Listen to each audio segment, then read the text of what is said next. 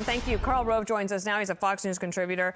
When you have a situation with an agency like DHS, you could understand maybe screwing up 2 documents, but 200,000 have been screwed up here. And so that means that if you were here illegally and now you don't have a notice to appear, does the Biden administration, I guess, just let them stay? Well, they can't. I mean, this is a disaster. And they're going to have to take extraordinary steps to track down these 200,000 and find a notice to, file a notice to appear. I mean, it's no way around this. They can't throw up their hands and say, ollie ollie locks in free. No, it doesn't work that way. I think it's one of the reasons that President Biden ends up with an approval rating in the 20s when it comes to immigration. You did some work in your column, and then you're here to expand. You have looked at the 2024 election. And you have 7 states that we are to watch. These are the ones that will make the difference? Yeah, now, it's not just me. This is pretty much accepted. Political pros on both sides of the aisle agree that these are going to be the battleground states in 2024. Excuse me. These are the states, if they're in blue, they were won by Joe Biden last time around. And this is the winning margin. Georgia, less than 1/4 of a point. Arizona, less than 1/3 of a point. Wisconsin, about 2/3 of a point. Pennsylvania, just over 1%. Then Donald Trump won North Carolina by 1.1. Nevada, 2.34, 2.4% win for Biden. The state is getting more Republican, hence its presence on this list. And then Michigan, which Biden won by about 2.8%. Now, why is it only 7 states? Well, it's because take a look at the next group of states that were won by Biden or Trump by more than 2%, but by less than 10%. And this is it. This is it. These are the only other states that where the margin was less than 10 points. Florida, which is becoming more Republican. Texas, which is becoming, surprisingly enough, 500,000 new Republicans added in the last 4 years to the rolls. Minnesota, which was won by Biden by 7. New Hampshire, won by 7.5.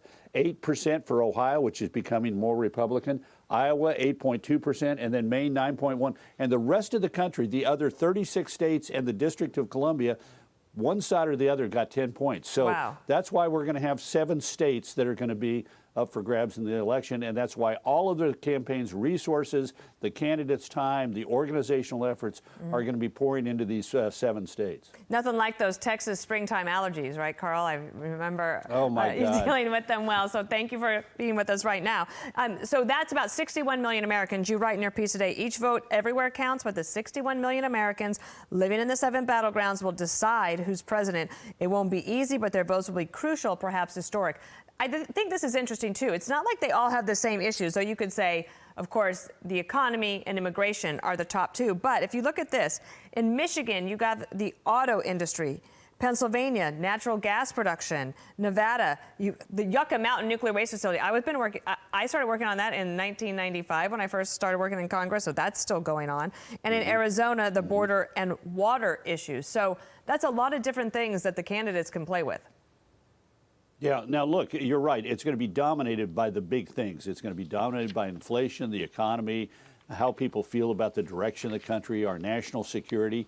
But you're also going to have to deal with these individual issues. And for example, in Michigan, there's a real problem for Biden with the question of the automobile industry, because electric vehicles, which he wants to build more of, require less workers and tend to be in non-union plants in states other than Michigan. So Trump is already making this an issue. And similarly, in Pennsylvania, the administration has now had a ban on natural gas exports facilities, and that's going to have an impact on the ability of energy producers in rural Pennsylvania to grow and succeed and help those communities prosper. So these issues are going to cut different ways in different places, and the candidates are going to have to deal with them. It felt like this week we really started to get into the meat of what this election is going to look like. Once we had the presumptive nominees last week, now you have Biden out on the road, Trump out on the road, and all sorts of things to consider. So thanks for coming on today, Karl, and hope those allergies don't get you down.